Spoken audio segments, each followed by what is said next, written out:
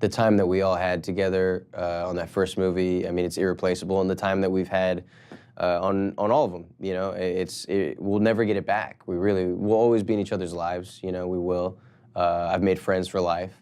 But there's something special about that time on set, you know? It's like you're never really spending 16 hours every day, and then you're going home to the same hotel with them as well. Like, it's literally a 24-hour constant thing, and we all just voluntarily did that. We all just genuinely loved one another so much and had so much fun hanging out that we just never left each other alone, I guess, which is really cool, you know, and was always a part of what made this so special. And I feel like you feel that on screen too. You know, we were all just so pumped to be with one another. We all had such tremendous respect for one another.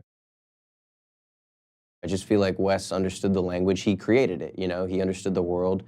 No one works harder than him, you know, and he's truly special. Yeah, reuniting on each one every time it's hilarious. It's just really exciting. Like I turn into like a little kid again in a way.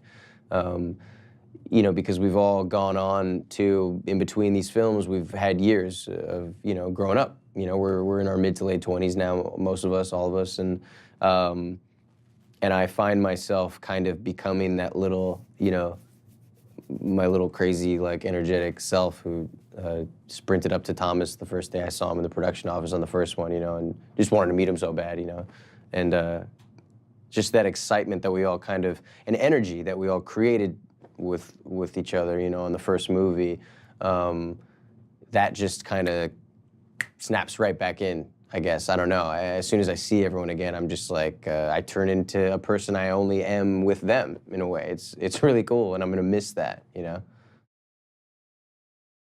It makes you work harder, too. It makes you more passionate about what you're doing. You have such a confident and smart leader, you know, who is giving everything he has every day to this thing.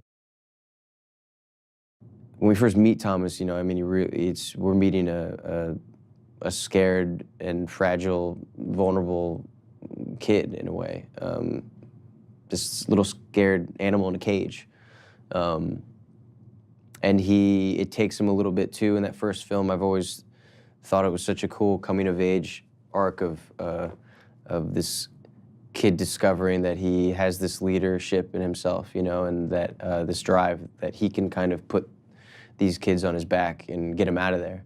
And with that, though, comes a lot of responsibility and a lot of wear and tear. You know, he really takes every loss that they go through to an extremely personal level.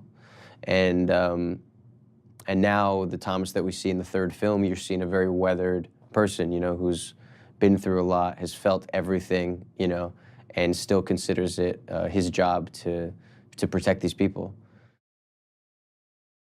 It's a whirlwind of emotions, and I think that that's a nice way to end what's been a whirlwind of a trilogy, I guess.